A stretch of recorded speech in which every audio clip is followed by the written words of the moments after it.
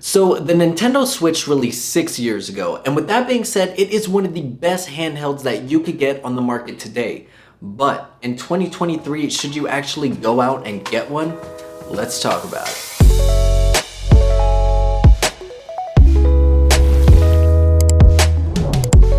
So the short answer to this question is yes. If you've been thinking about getting a Nintendo Switch, definitely just go out and get one. You won't be disappointed.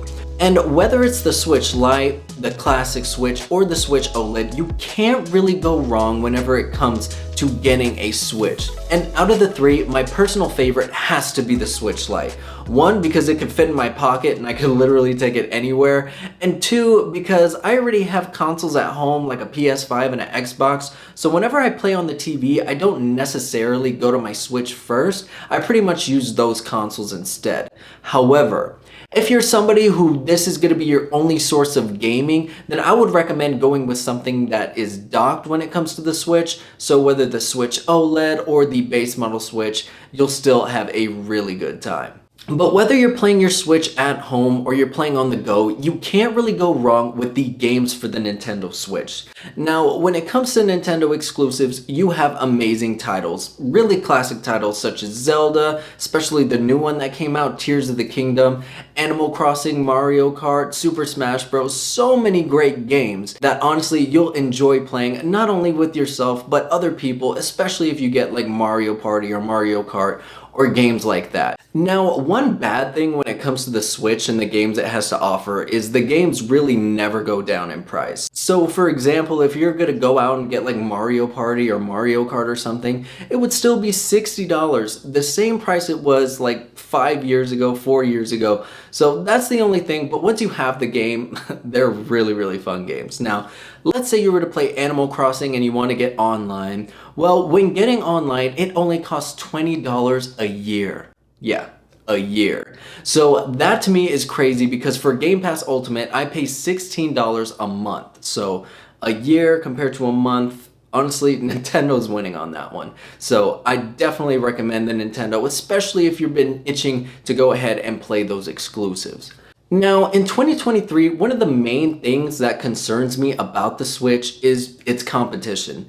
There is so many handhelds that you can buy right now that are trying to compete with the Switch, and the top 2 or 3 that I can think of right now is one, obviously the Steam Deck, 2, the Rogue Ally, I think is what it's called, and then PlayStation is also cooking something up called Project Q, which could be big.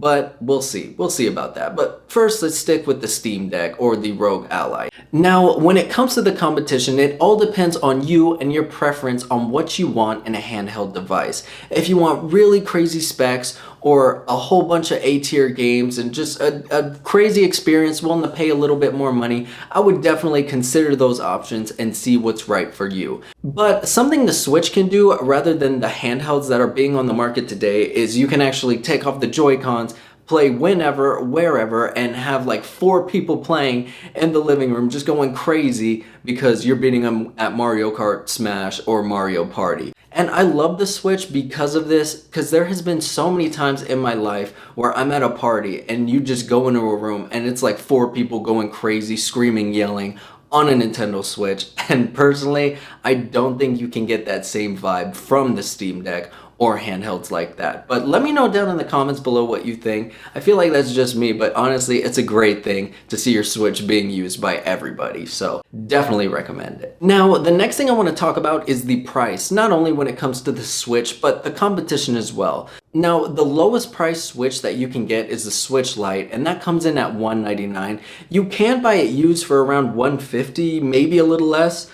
And when it comes to the OG Switch or the base model, that one comes in at $299, and then the OLED Switch, which is the newest, comes in at $350. So depending on your needs or depending on what you want in a Switch, I would definitely consider getting a brand new one, or if you want, shop the used market. There's a lot of Nintendo Switches on the used market that are really legit and probably get a really good deal. Now, when it comes to the Steam Deck, you can get the base model for $399 or the highest price model for $649, I believe. And if you were to go with the Rogue Ally, it would be around $599. So when it comes to the price and value and everything it can do, Personally, the Switch is the best value out of all of them. I've been saying a bunch of really amazing things about the Switch, and I have to talk about the cons that come along with the Switch because honestly, it's not all good. There are some things that really annoy me. Now, one of my biggest cons with this may be a little nitpicky, but when it comes to the UI, there's nothing really special going on. It's just white, shows games. Keep in mind, this is 6 years old, but I do wish they did an update or something to where the UI looked a little bit better. And I know earlier in the video, I did mention the $20 online play.